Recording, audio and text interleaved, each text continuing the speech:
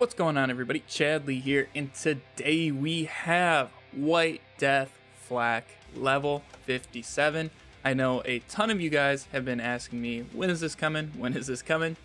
And it's right now. So we're gonna go ahead, go through our gear, our skills, because a decent amount has actually changed since our last iteration. But otherwise, everything else, the general premise of the build is exactly the same. Without further ado, let's go ahead and jump right into our gear. And first off, we're still going to be using the Stagecoach. This thing still destroys. You guys are going to want consecutive hits or 100% ASE on them. Either or will do. I just have the consecutive hits one right now. If you guys don't have a level 57 one yet and you're still rocking a 53, it does still do some pretty good work. If you guys are in true takedown, you might notice a little bit of fall off, but it can definitely still do the job in like a normal takedown. You're not going to notice a difference basically at all. So either or works perfectly fine. If you guys can't get your hands on a Stagecoach, a Garcia with consecutive hits or 100% action skill end is also another really good option. And then moving down to our sniper, we're going to be using the Unseen Threat. This is really good for almost anything. Sometimes the ricochets that come out of this thing on crits don't like to cooperate, and it kind of falls off on certain enemies. You guys will learn which ones that is, but for the most part, like the bigger, beefier enemies, this thing is going to work amazing on. So I definitely like to use that. And then if you guys can't get that, there are a bunch of other options.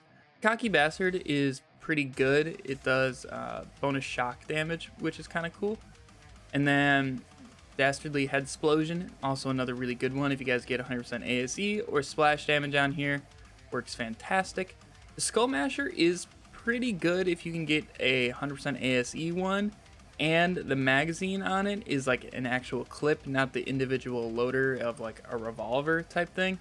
Because with that one, it takes way too long to reload, and you're going to be reloading all the time with this gun. But if you can get your hands on a good one, you can melt through some bosses with this, sometimes even better than the Unseen Threat. And then also, if you guys still have the Wedding Invitation, you guys are still big fans of that, that still works perfectly fine. Now, let's go ahead and take a look at our third gun. You guys should probably know this by now. This is my favorite gun from the new DLC. This is the Clairvoyance. I have 100% action skill end on here, and this just makes bosses disappear. Not just bosses, it also works very well for mobs. You can seriously do anything you want with this gun. It is awesome. And the stickies that show up when you hit crits, they do splash damage, and the more that you can stick on somebody at once, the more damage they're going to do. So it does still behave like a Torgue sticky, even though it is a Jacobs assault rifle, which is awesome. So if you guys can just spam away with this thing, you guys can make true takedown Wotan just disappear like you guys saw a little bit earlier. If you guys don't want to use the Clairvoyance, the Love Drill's a decent option. The Sixth Sense is also a pretty decent option. Boomsicle, if you guys want a little bit more survivability, you can use a Lifesteal Brainstormer. This thing works awesome. Lifesteal Recursion also works really well. Lifesteal is mainly just for true takedown. If you guys aren't doing true takedown, you don't need the Lifesteal. But if you guys are doing true takedown, I recommend trying to maybe get something with lifesteal. But I think the best thing you guys can use with lifesteal for true takedown is the Scourge. Because you can just Scourge spam and just get through all of the heavy mobbing sections. Super easy. You're going to get full health off of every rocket hit with this thing. And you can still get your fadeaway back super fast. And so you're basically almost unkillable. Sometimes the Death Spheres will still even do enough damage to you that you end up going down during the bridge, but you'll get back up super easy. So I definitely recommend getting your hands on that. If you guys want to just go for like pure damage, just get like 100% weapon damage or splash damage on a Scourge, and you guys should be perfectly fine. But I do recommend for true takedown, probably just getting at least one lifesteal gun. That is really good for mobbing. And then for our shield, I still like to use the one-shotter. And like always, you don't have to use this. It is completely optional. And right now, the Old God is another really, really good choice. Especially if you get like bonus shock or corrosive on this thing. Sorry, not bonus, but just extra shock or corrosive damage. Those work amazing with this. So you can just fly through like Wotan. or any armored boss, stuff like that. Also, a transformer works pretty well as well for survivability. And then for our grenade, we're going to be using the Hunter Seeker. This is awesome for several reasons. One, it helps us get our action skill back when we're not using like the stagecoach. This gets it back fast enough by itself. But if you have any of these out and you're spamming this, you're going to get it back super fast.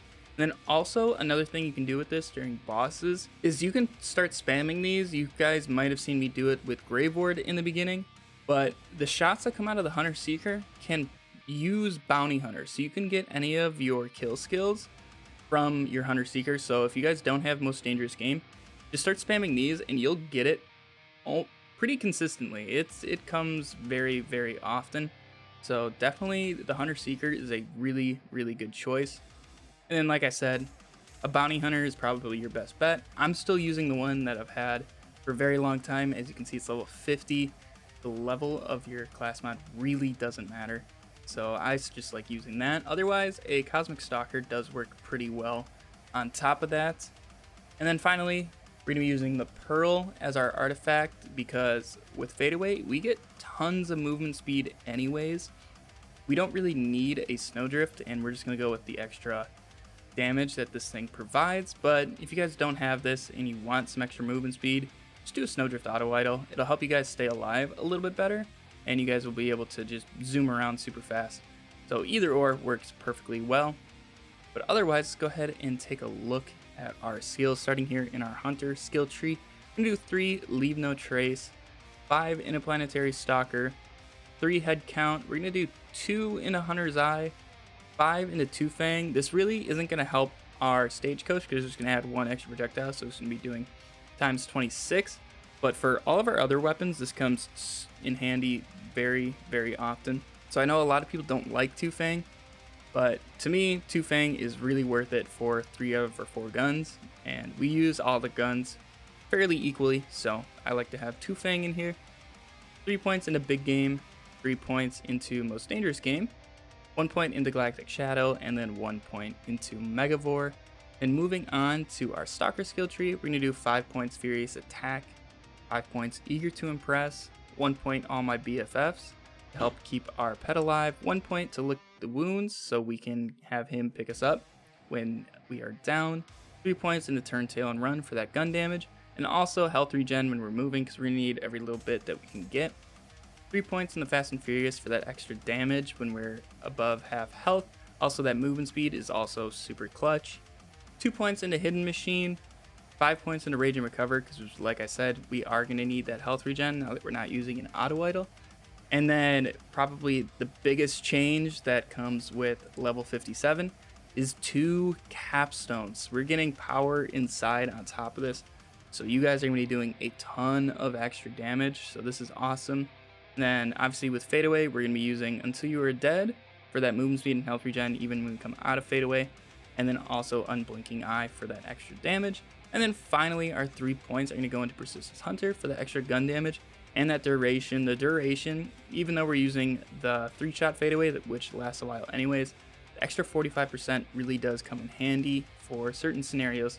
So I definitely recommend getting 3 points into Persistence Hunter. And I also forgot to mention, we're going to be using the Spider Ant Scorcher for that elemental damage and health regen.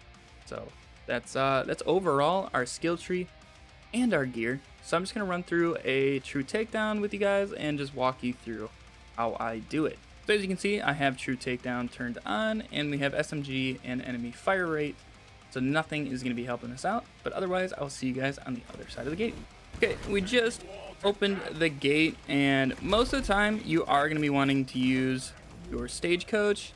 And in true takedown, I highly recommend just using the Scourge. There are so many enemies in here, and you're very fragile, especially when you're not in Fadeaway. And even when you're in Fadeaway, there's quite a few enemies who still like to shoot at you, which is kind of frustrating. So I just like to use the Scourge, and it's definitely one of the easiest ways. I also like to take out the Death Spheres because they truly don't care that you're in Fadeaway. You can also see that I'm chucking all of my Hunter Seekers right now. 1, to help me get Scourge ammo back, and 2, to help me stay alive. So just notice that and make sure you're throwing those.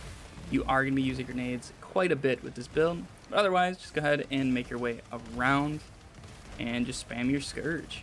And usually once I'm out of Scourge ammo, like you see here, that's when I'll pull out the Stagecoach and just finish up who's ever left. We can go in and out of fadeaway just like that. You guys have seen this before with this build and how nuts it actually is. And on the Kraken, I used to use the Wedding Invitation, but now the Unseen Threat really doesn't work too well on him with this build, so I just like to use the Stagecoach and we can just fly through him. Sometimes you might go down there just because there are so many enemies and we don't really have health regen, but I am going to break these legs due to the event right now. Okay, we made it to Valkyries. I'm going to go ahead and just go invisible. I like to run around to the left and just kind of distribute some of the damage so we can get most of all of their shields removed, and then we'll also get fadeaway back super fast. If you focus on one guy, sometimes you might not get fadeaway back, and it makes killing the other ones a little bit tougher. But otherwise, at this part, I almost exclusively just use the Stagecoach because we need to go in and out super fast to deal damage and also not die from whoever decides to spawn. So we can go right in, even though we didn't even have it right there, going into that group, but we can just one tap through everybody and it works amazing. The main reason you guys might take damage or die during this part is the shield guys. They really like to reflect all of the projectiles from your Stagecoach right back at you. That is really the only issue for the most part that I run into here. As long as you guys keep using the Stagecoach during this part, you're gonna just get your action skill back so fast. Nothing's gonna be able to hit you. So right there, you guys see what I mean about the shield guys and how annoying that can be. But for the most part, it doesn't cause too much of an issue. And right here, I do like to use the Unseen Threat just because I can one tap all these guys for the most part. And yep, we're good. So yeah, it's seriously that easy as long as you can keep going in and out of fadeaway and you have at least one lifesteal gun for mass mobbing like the Scourge. You guys are going to have a super easy time with true takedown. Alright guys, like always, that is going to wrap up the video, but I do just want to give you a couple tips for the bridge and the Wotan fight.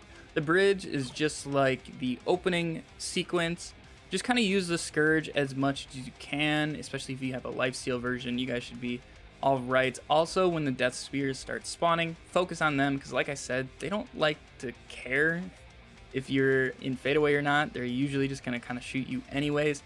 So definitely focus them when you can, and then you can use whatever Stagecoach, you can use the Unseen Threats or the Clairvoyance, clean up who's ever left if you guys run out of Scourge ammo and grenades. And then for the Wotan fight, I like to use the Stagecoach almost exclusively up until the split, and then during the split I'll use the Stagecoach to get rid of the shields on the lower half. And then I'll use the Clairvoyance on the upper half. It seriously makes them disappear. And then also on the lower half, I will also use the Clairvoyance or the Unseen Threat. Kind of depends how I'm feeling.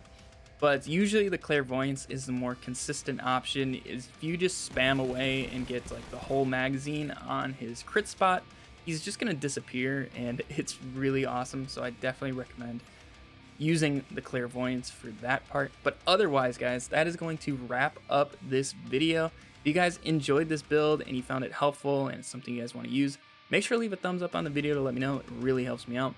If you guys want to see more Borderlands builds or anything Borderlands related, make sure to hit that subscribe button. I really do appreciate it. Otherwise, hopefully I will see some of you guys over on Twitch. We've been having a ton of fun, but for the most part, that is going to wrap it up for this video. Thank you all for watching, and I'll catch you in the next video. See ya.